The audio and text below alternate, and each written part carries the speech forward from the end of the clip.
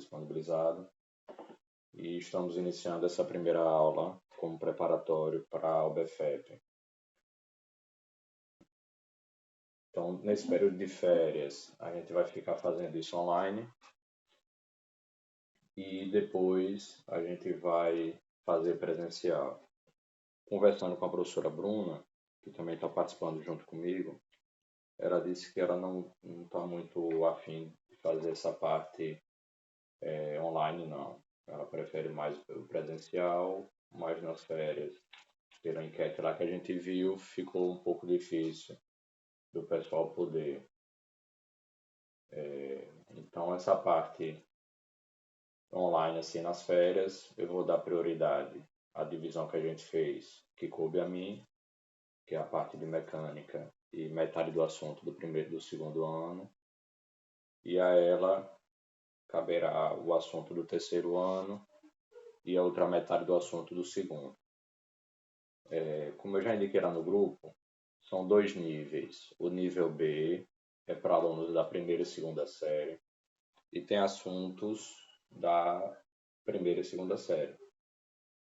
E já o nível C, que é para alunos da terceira série, tem assunto das 3 séries.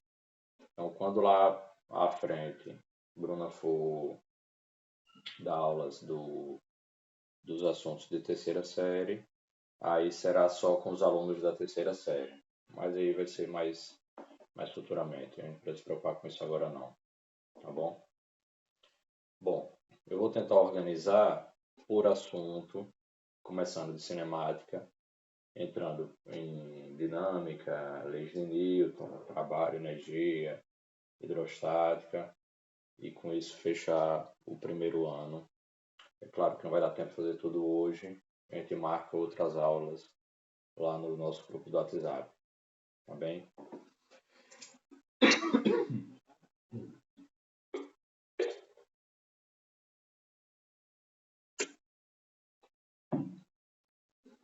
Pronto, então vamos começar. Qualquer dúvida que vocês tiverem, pode interromper, pode falar. Vai ser difícil eu acompanhar o chat, porque eu estarei apresentando a tela. Então, vocês podem falar mesmo, abrir o microfone e falar, como se fosse uma aula normal, tá bom? Não se acanhe não. Bom, vamos lá. Pronto. Aqui é a prova do ano passado, né? Primeiro e segunda série, nível B. A estrutura é essa aqui. A duração de 3 horas, no máximo. Né? E ele sempre tem uma temática. A temática do ano passado foi e se vivêssemos em uma realidade alternativa. A temática desse ano, se eu não me engano, vai ser sobre mecânica quântica, que fazem 100 anos da... Não lembro se é da equação de Schrödinger ou se é da de Dirac. Enfim, quando a mecânica quântica ficou, teoricamente, minimamente bem reformulada. Mas, enfim, a estrutura da prova é essa. São 20 questões, B1, B2, B é o nível. E a última é essa B20 aqui, certo? Dessas 20, o que acontece? A pessoa tem que fazer 15. Isso para quem é do primeiro ou do segundo ano, tá bom? Quem é do primeiro ano pode escolher 15 dentre as 20. Algumas delas têm indicado assim, somente para a primeira série. Então essas, quem é da segunda série não pode fazer. Então o que ocorre? As 5 primeiras questões são somente para alunos da primeira série. Então quem é da segunda tem que fazer das 6 em diante. E quem é da primeira pode escolher 5 para não fazer. Tá bom? Pronto. Então, esse é um comentário geral.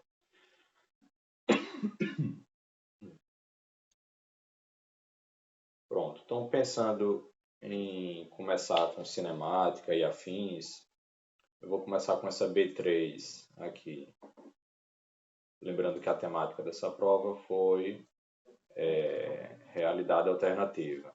Então, lendo as questões, a gente tem até um certo estranhamento, porque é um pouco irreal, né? É um pouco bem diferente da realidade usual com a qual a gente está acostumado. Pronto. Então, essa questão 3 fala assim: você conhece a relatividade de Albert Einstein? Essa teoria parte do pressuposto de que a medida da velocidade da luz, cerca de 1 bilhão de km por hora, independe do referencial, ou seja, tanto faz se você está se aproximando da fonte de luz, se você está se afastando, ou se ela se aproxima de você, ou se ela se afasta de você. Pouco importa o seu movimento em relação à fonte de luz. A velocidade da luz é sempre fixa, cerca de 1 bilhão de km por hora. Bom, a partir dessa incrível propriedade, Einstein sugere que a luz se torne uma mediadora das medições de comprimento e tempo. Com essa premissa, é possível demonstrar que o comprimento L de um objeto diminui à medida que sua velocidade v se aproxima da velocidade da luz, que é esse Czinho, conforme essa equação. Então, aqui é o assunto de relatividade, mas a questão já está fornecendo as equações que a pessoa estudaria no assunto de relatividade, que em geral está lá no programa do terceiro ano na parte de física moderna. Então, não precisa se assustar porque já está fornecida as equações, beleza?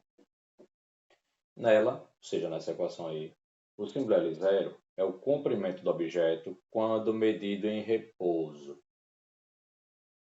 Ou seja, com o objeto em repouso, quando V vale zero. Então, perceba nessa equação aqui, quando V vale zero, V sobre C vai valer zero. Zero ao quadrado vai ser zero. Então, o que está dentro da raiz vai ser 1 e vai ficar a raiz quadrada de 1. Então, L se torna igual a L0. Então, é nesse sentido, L0 seria o comprimento de repouso.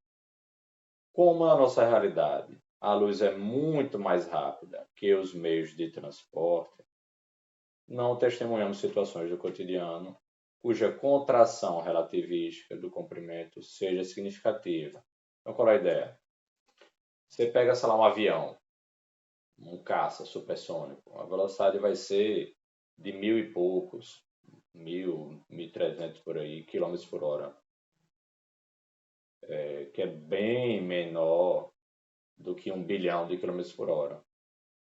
Então, veja, a coisa rápida que a gente pensa, sei lá, um caça supersônico, vai ter uma velocidade muito menor do que a da velocidade da luz.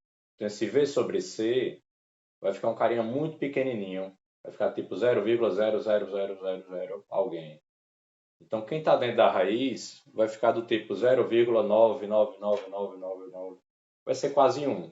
Então, a gente não percebe que, sei lá, o avião está mais curto porque ele está rapidão. É isso que está querendo dizer aí, beleza? Pronto. Isso é o contexto aí. Então, só reforçando, qual a ideia aí? O esperado seria que a velocidade dependesse do referencial. Por exemplo, você está numa estrada, um carro ultrapassando o outro. Se os dois estão na mesma velocidade, eles vão estar parados em relação ao outro. Então a velocidade relativa vai ser zero. Se um está de frente para o outro, um em sentidos opostos, né? Um a 40 km por hora e outro a 40, um vai ver o outro se aproximando com 80 km por hora. Então esse negócio da velocidade da luz não independer do referencial é uma novidade, não é o esperado. E é por isso que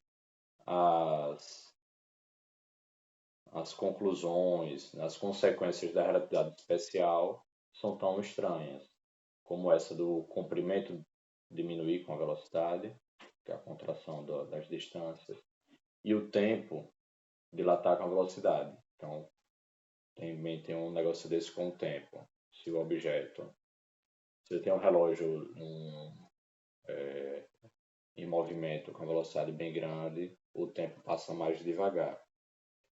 Enfim, então a ideia aqui é o seguinte: imagine um objeto, uma barra, que ele tem um comprimento L0 quando a velocidade vale 0.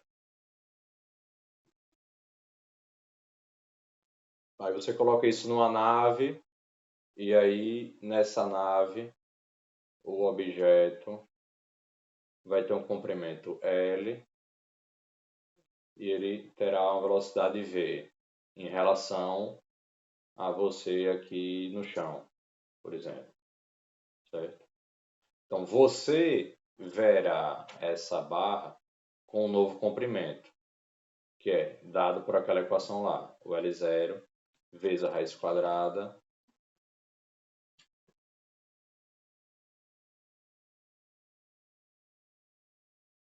de 1 menos V sobre C, todo ele ao quadrado.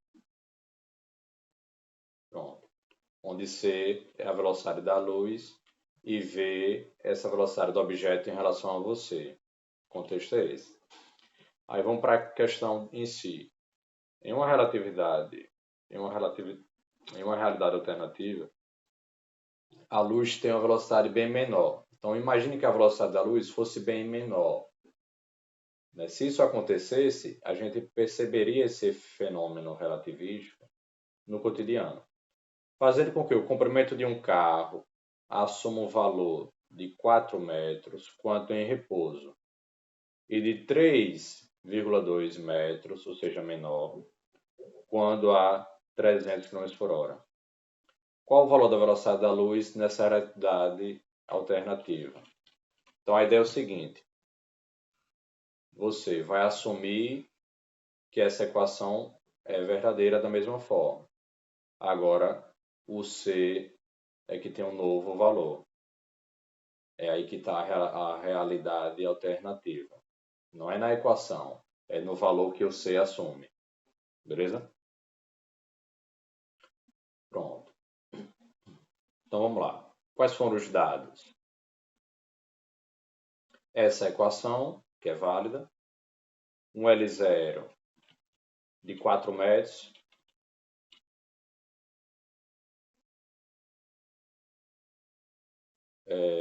um L de 3,2,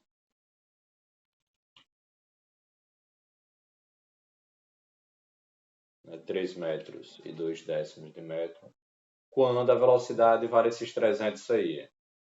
Então, quando a velocidade é de 300 km por hora.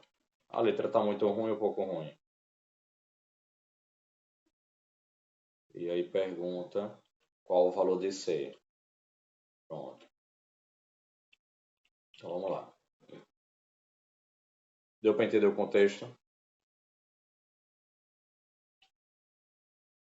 Então a gente tem uma equação, conhecemos todo mundo, só falta achar o valor de C. Pronto. Veja, o C, que é quem a gente quer achar, está dentro de um quadrado, de um denominador, de uma subtração, da raiz. Então, o que eu acho melhor? Em vez de substituir todo mundo para depois encontrar o C, eu acho melhor primeiro isolar o C para depois substituir todo mundo. Então, nosso objetivo vai ser esse. Temos aqui o L igual a L0, raiz quadrada de 1 menos V sobre C ao quadrado. Então, qual é o nosso objetivo aqui? Isolar C. Ou seja, a gente vai resolver essa equação para C, como se o C fosse um x lá na matemática. Então, preciso isolar essa raiz. Beleza? Preciso isolar essa raiz. Então, esse L0 vai para o outro lado. Ele está multiplicando, vai para lá dividindo. Então, vai ficar assim. O lado esquerdo vai ficar L sobre L0. E do lado direito, somente a raiz. Beleza? Pronto. Aí agora, eu não quero isolar o C, então eu preciso isolar esse V sobre C. Então, eu preciso me livrar da raiz. Para eu me livrar da raiz, eu tenho que elevar os dois lados ao quadrado. Então, com isso, o lado esquerdo vai ficar assim. L sobre L0 ao quadrado. E o lado direito, se eu pegar a raiz de alguém e elevo ao quadrado, vai dar o próprio carinha. Né? Por exemplo, se eu pegar assim, a raiz quadrada de 4 e eleva ao quadrado, isso vai ser raiz quadrada de 4, 2. 2 elevado ao quadrado, volta a ser o 4. Porque o quadrado desfaz o que a raiz quadrada fez. Né? A rigor, isso é o módulo de quem está lá dentro. Mas se a raiz quadrada existe, é porque quem está lá dentro já é positivo. Né? Então, não vamos preocupar com essa notação de módulo. Tá massa? Então, é como se o quadrado da raiz cancelasse com o quadrado com 2 do índice da raiz e ficasse só o radicando. Então, 1 menos V sobre C quadrado. Veja que já está mais limpinho. Pronto. Qual é a ideia agora? Eu preciso do V sobre C, para depois pegar o C sozinho. Pronto. Então, esse 1 eu vou jogar para o outro lado. Ele está somando, né? Aqui ele está mais 1. Então, ele vai para o outro lado, menos 1. Então, vai ficar assim. L sobre L0 ao quadrado. Esse mais 1 foi para o outro lado, ficou menos 1. E do outro lado, temos menos V sobre C ao quadrado. Pronto. Agora, eu vou multiplicar aqui todo mundo por menos 1, para eu me livrar desse sinal aqui de menos 1. Tá bom? Então, vamos lá. O lado que tem esse V sobre C, menos com menos vai dar mais, vai ficar assim. V sobre C ao quadrado. E o outro lado, vou só botar um colchetes aqui, para deixar claro que o menos 1 está multiplicando todo mundo. Então, ó, esse menos 1, quando multiplicar com esse menos 1, vai ficar 1. E esse menos 1, quando multiplicar com esse L0 quadrado, vai ficar menos L0 ao quadrado. Pronto.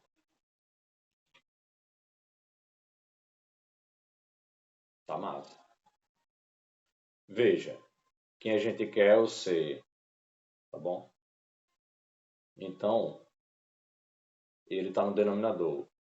Se do outro lado a gente deixar uma fração, vai ser só inverter. Por exemplo, se a gente fosse assim, sei lá, 3 sobre x igual a 8 sobre 5. Seria só inverter. Então, ficaria x sobre 3 igual a 5 sobre 8. E aí depois o 3 vai para o outro lado multiplicando.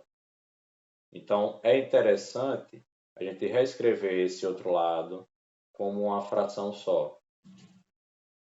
Vai ficar mais fácil.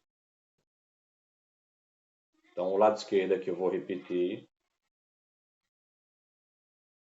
E o lado direito aqui, eu vou desenvolver esse quadrado. Então, vai ficar 1 menos o quadrado do de cima e o quadrado do de baixo. Meu objetivo não é escrever uma fração só. Então, vou pensar aqui como 1. E um denominador comum vai ser o L0 ao quadrado. Dividido por 1 vai ser L0 ao quadrado. vezes 1 lá em cima, L0 ao quadrado. E o outro L é só repetir. Pronto. Então, a gente chegou aqui, V sobre C ao quadrado igual a L0 quadrado menos L quadrado sobre L0 quadrado. Então, eu consegui escrever o lado direito como uma fração só. Tá? Não é esse C que eu quero, então eu posso inverter o lado esquerdo. Então, invertendo o lado esquerdo e invertendo o lado direito, o que a gente obtém? C sobre V ao quadrado igual a L0 ao quadrado sobre L0 quadrado menos L quadrado. Pronto.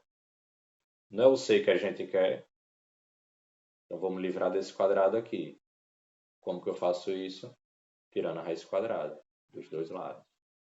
Então, o lado esquerdo vai ficar assim, C sobre V igual a raiz quadrada de L0 quadrado sobre L0 quadrado menos L quadrado.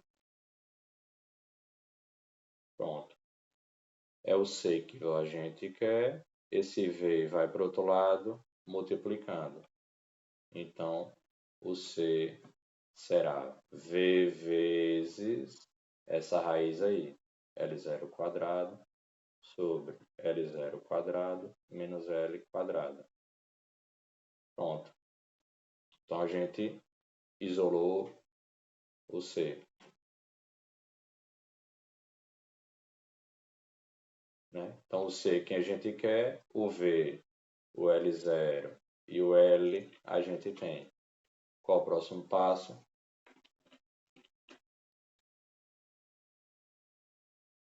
Substituir os valores.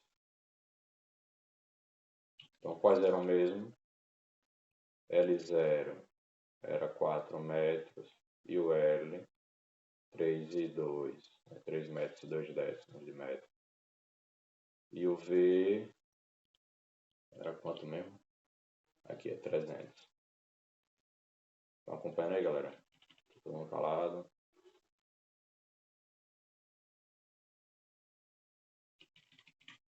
Pronto, só um comentário aqui.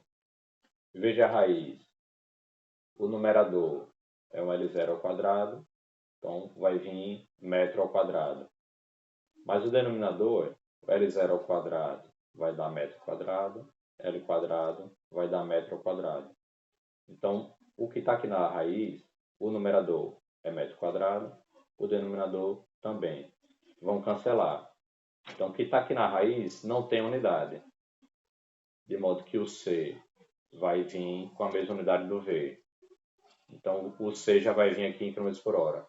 Não vou precisar converter nem esse V para km por hora, nem o metro para quilômetro. Porque essas unidades de metro vão tudo se cancelar. Beleza? Então, é interessante pensar nisso antes de sair substituindo. Porque às vezes a pessoa se embanana tudo na unidade. Pronto, agora é só substituir. O V desses 300. E eu sempre gosto de substituir a unidade. Quilômetros por hora. Aí agora a raiz quadrada da galera lá. O L0 ao quadrado. Então vamos lá. L0 ao quadrado. Então vai ser os 4 metros. Todo ele ao quadrado. Dividido por L0 ao quadrado menos L quadrado. Então vamos lá. O L0 ao quadrado. 4 metros ao quadrado menos 3,2 metros ao quadrado. Pronto, raiz quadrada dessa galera aí. Pronto. Então, o que a gente resolve? Primeira raiz. Então, esses 300 km por hora. Fica aqui esperando. E vamos resolver quem está dentro da raiz. Deixa eu ver se eu consigo simplificar isso. 32 para 10.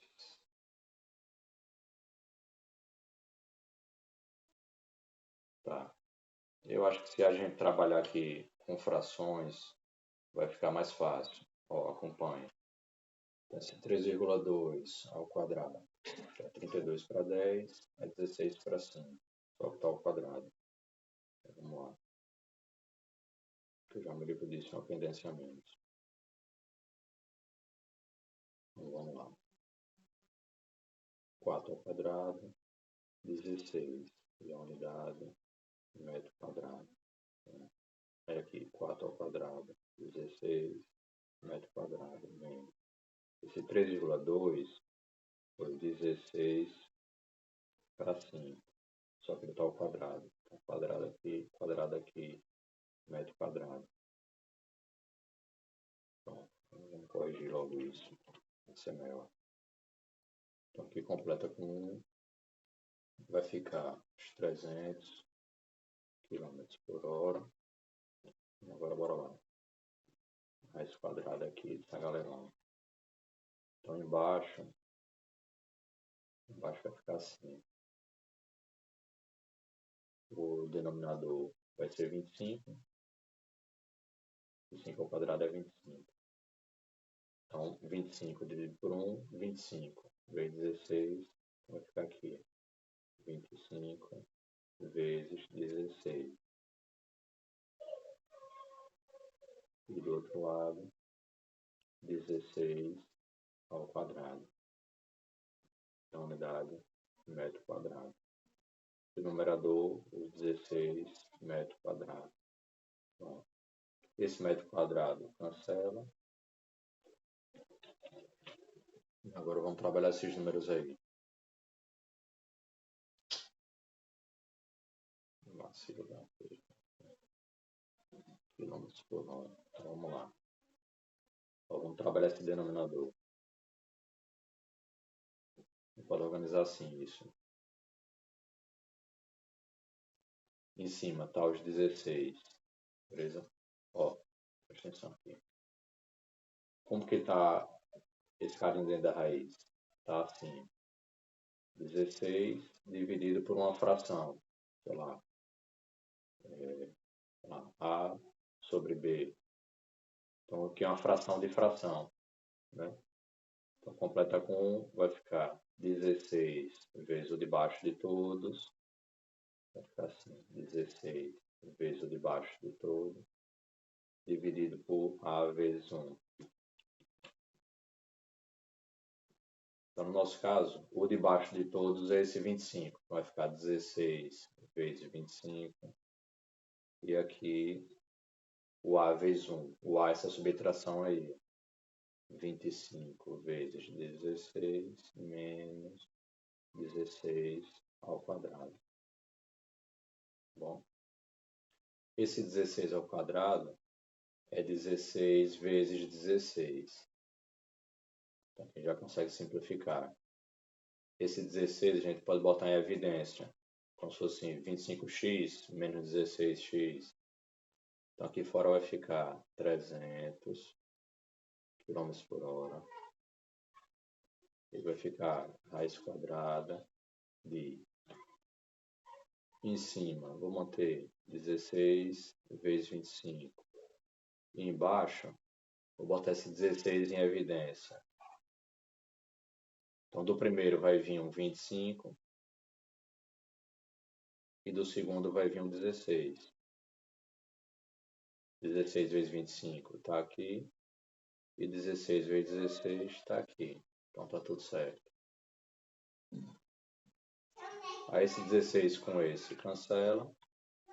Vai ficar 300 km por hora, raiz quadrada, 25. 25 menos 16, 9.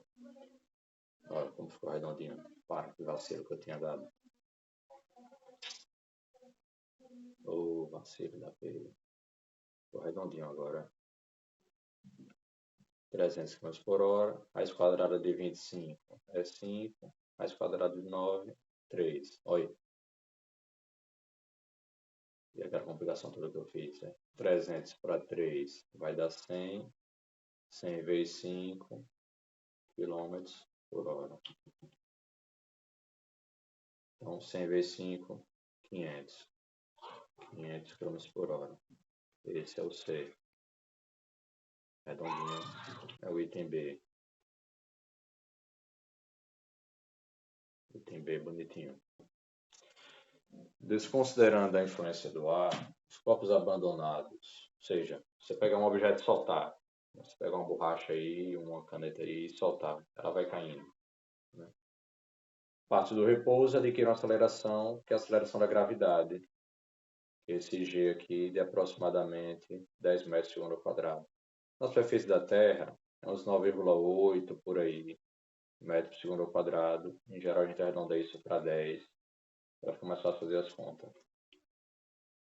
Esse comportamento para a queda livre foi proposto por Galileu Galilei em uma época que as concepções aristotélicas, ou seja, de Aristóteles, eram predominantes. De forma simplificada, podemos considerar que Aristóteles acreditava que os corpos caíam em movimento uniforme e que, para corpos de mesma substância, a velocidade de queda era diretamente proporcional à massa. Ou seja, o dobro de massa cai com o dobro de velocidade. O triplo de massa cai com o triplo de velocidade. Essa é a ideia. Em uma realidade alternativa, as concepções aristotélicas são verdadeiras. É para a gente pensar numa realidade em que essa ideia de Aristóteles esteja correta. Então, imagine que assim fosse. E aí, uma esfera de chumbo de 1 kg desce em queda livre por 45 metros de altura. Ao mesmo tempo que, na nossa realidade, sem levar a influência do ar, uma esfera de chumbo de 1 kg desce em queda livre por 45 metros de altura, no mesmo tempo em que, na nossa realidade, sem levar a consideração da resistência do ar. Então, quanto tempo levará uma esfera de chumbo de 2 kg para cair 120 metros nessa realidade alternativa? Então, vamos lá. Então, vamos pensar assim, realidade alternativa. Qual é a ideia aqui dessa realidade alternativa? A ideia de Aristóteles. Então, nessa realidade alternativa, a queda livre é um movimento uniforme em que a velocidade é diretamente proporcional à massa. Então, V vai ser uma constante vezes a massa. E como é movimento uniforme, essa velocidade vai ser constante, que vai ser o deslocamento dividido pelo tempo. Então, isso aqui vai ser um ΔX dividido por um ΔT. Pronto. Essa é a realidade alternativa. Pronto. Aí fala o seguinte, que nessa realidade, uma esfera de 1 kg desce em queda livre por 45 metros de uma altura no mesmo tempo que na nossa realidade. Pronto. Como que é a nossa realidade?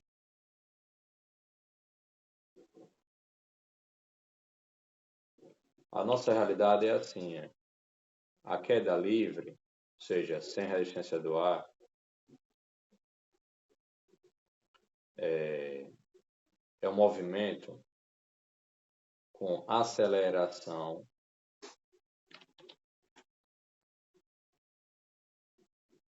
constante. Então, movimento em que a aceleração é igual a g. O módulo da aceleração vale g. Então, a gente tem um movimento retilíneo uniformemente variável. Então, qual é a ideia aqui? Imagine um objeto que você solta e ele vai caindo até o chão. Pronto. Então, imagine o seguinte. Eu vou contar um eixo de posições y e vou botar o zero no chão. Aí a gravidade está apontando para baixo e a velocidade de queda também está apontando para baixo. Como eles estão contrários à orientação positiva da trajetória, eu vou considerá-los negativos. Então a aceleração vale menos g. A velocidade vai ser a velocidade no início mais at. Só que o a é menos g. Então a velocidade vai ser menos gt. O que aconteceu aqui? Daqui para cá eu usei que a aceleração é menos g e que, como ele partiu do repouso, a velocidade inicial é zero. Tá bom? E o y em função do tempo vai ser um y inicial mais um v0t mais um meio de a t quadrado. Porque essas são as equações do MRUV. A aceleração é constante, a velocidade é linear no tempo e a posição é quadrática no tempo. Só que aqui a gente tem o a igual a menos g e o v0 igual a zero. Então, o y, eu penso assim, o y é uma função do tempo. Vai ser um y0, esse v0 vale zero, então não conta. Esse 1 meio de a vai ficar menos 1 meio de g t quadrado. Então essa é a nossa realidade. Pronto. Aí o que a questão fala? Que essa esfera de 1 kg desce 45 no mesmo tempo que na nossa realidade. Então, primeira situação. Uma esfera de 1 kg desce 45 metros no mesmo tempo que nossa realidade.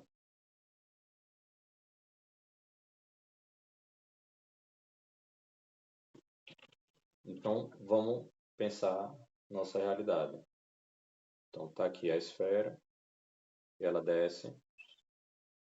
Imaginar que aqui seja o chão. Ela desce aqui por uma distância de 45 metros. Tá bom?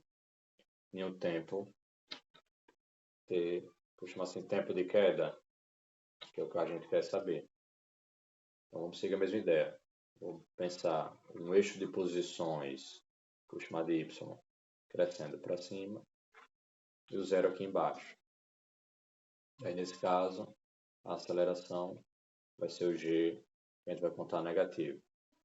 Então, nessa nossa realidade, a equação que descreve é essa daqui. Então, a gente terá y dt igual a y0 menos meio g t quadrado. Pronto. No nosso caso, o y0 é de onde ele saiu. Ora, ele saiu de uma altura de 45 metros. Então, y0 vale 45 metros. E o G, a questão indicou para usar o 10 metros por segundo ao quadrado. Depois de um tempo, que eu vou chamar tempo de queda, o y vai valer zero. Porque depois de um tempo de queda, ele estará no chão, onde o y é zero. Ou seja, o y do tempo de queda vale zero. Então, vou substituir essas coisas aqui na nossa função horária. O que a gente vai encontrar? O y do tempo de queda, isso é zero. Agora, quem que é o y do tempo de queda? É eu pegar essa galera aqui e no lugar do t, botar o t queda. Então, vai ficar o y0 menos 1/2 de g t queda ao quadrado. Então, vamos concentrar aqui nessa parte. Então, temos 0 igual. Esse y0 é 45 metros. Menos meio. O g vale 10 metros por segundo ao quadrado. E agora vai vir o tempo de queda ao quadrado. Então, esse tempo de queda ao quadrado que a gente quer. Tem que isolar ele. Então, vou pegar toda essa galera aqui, incluindo ele, e jogar para o outro lado. Está subtraindo, vai para o outro lado somando. Então, vai ficar meio. Então, bora lá. Meio vezes 10 já é 5, né? Então, meio vezes 10 já é 5. Então, vou jogar para o outro lado 5 metros por segundo ao quadrado, vezes o tempo de queda ao quadrado, igual ao 45 metros. Ó, esse metro e esse metro cancelam. É o tempo de queda que a gente quer. Então, esse segundo ao quadrado está dividindo, vai para o outro lado multiplicando. E esse 5 está multiplicando, vai para o outro lado dividindo. Então, daqui, o tempo de queda ao quadrado vai ficar 45 dividido por 5. E a unidade, o segundo ao quadrado, que foi multiplicando. 45 para 5 é 9, né? Então, 9 segundos ao quadrado.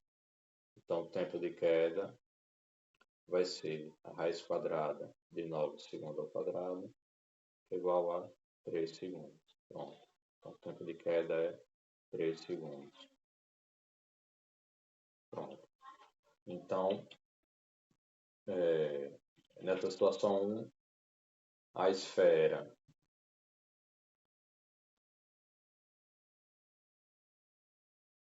vou copiar aqui para ganhar tempo. Nessa situação 1,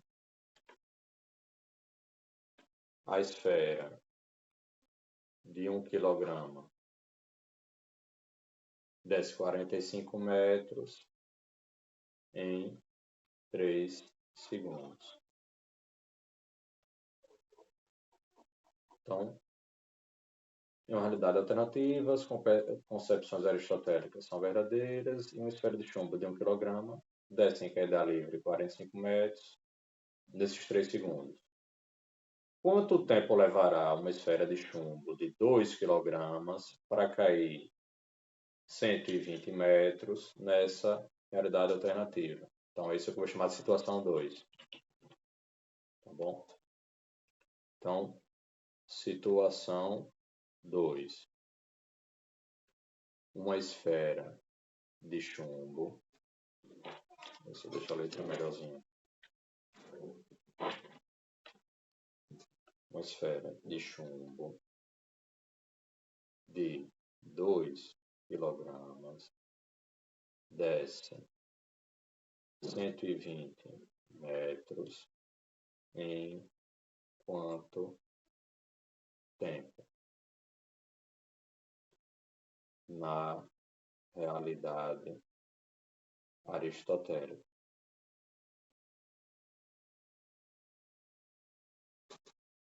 Essa é a situação 2. O que foi fornecido sobre realidade aristotélica? que a velocidade é proporcional à massa. É isso? Que a velocidade é proporcional à massa. Pronto. Então vamos lá. O que sabemos? Sabemos o seguinte: 1 quilograma desce 45 metros em 3 segundos. Na realidade de Aristóteles, que é um movimento uniforme, ou seja, velocidade constante. Então, essa massa de 1 quilograma vai ter uma velocidade de 45 metros para 3 segundos. 45 para 3, 15. Então, 15 metros por segundo. Essa é a velocidade de 1 quilograma. Tá bom? Como nessa realidade V é proporcional à massa, não é isso que a questão está falando? Então,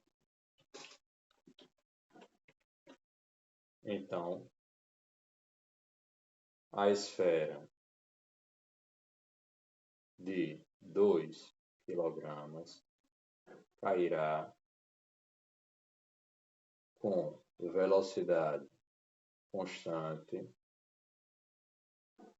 de V igual, vou botar de outra cor para ficar mais fácil de perceber, de V igual a 2 vezes 15 metros por segundo, porque 2 kg é o dobro de 1, então a velocidade vai ser o dobro, vai ser 30 metros por segundo, pensando na realidade de Aristóteles.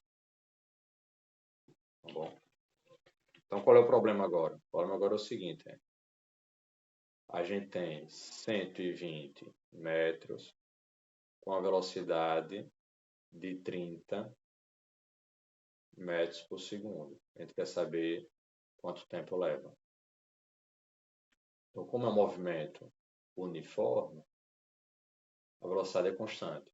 Então, essa velocidade vai ser a distância de queda dividido pelo tempo. Tá bom? Então, como é o tempo que a gente quer, eu vou isolar o tempo. Ele está dividindo, vai para o outro lado multiplicando. Δt vezes V igual a distância. É o ΔT que a gente quer. Então, esse V vai para o outro lado, dividindo. Então, vai ficar assim: ΔT igual ao D sobre V. Pronto. Agora é só substituir. O D foi 120 metros e o V, esses 30 aí. 30 metros por segundo. 12 para 3 é 4. Metro cancela, vai ficar o inverso do inverso de segundo, que é segundo de novo. Então, o intervalo de tempo seria de 4 segundos. Seria de 4 segundos. Vamos ver se eu não errei esse também, né? CAB 15.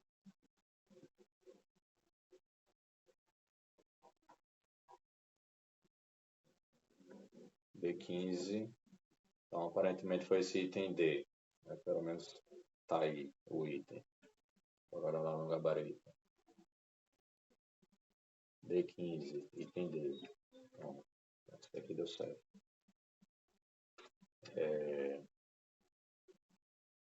Essa equação aqui da queda livre do E médio V, vocês já tinham visto que esse V de t é um V0 mais AT e que a posição é essa função quadrática aqui do segundo do tempo. Vocês já tinham visto isso? Eu posso fazer um vídeo específico só explicando de onde que vem essas equações, caso vocês não tenham visto. Vocês já viram isso?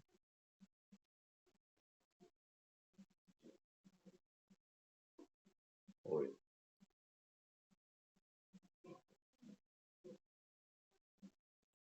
Tem alguém aí ainda?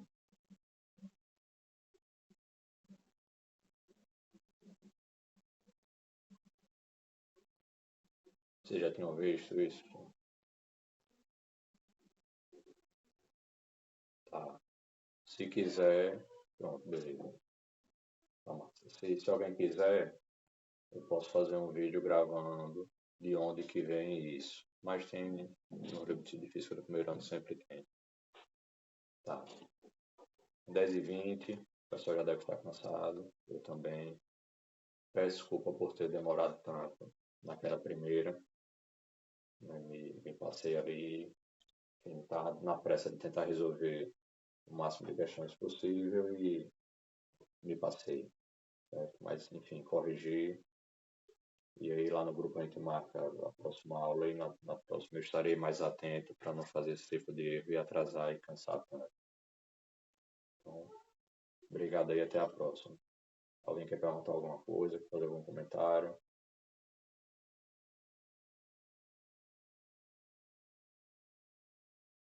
Perguntar alguma coisa, fazer algum comentário?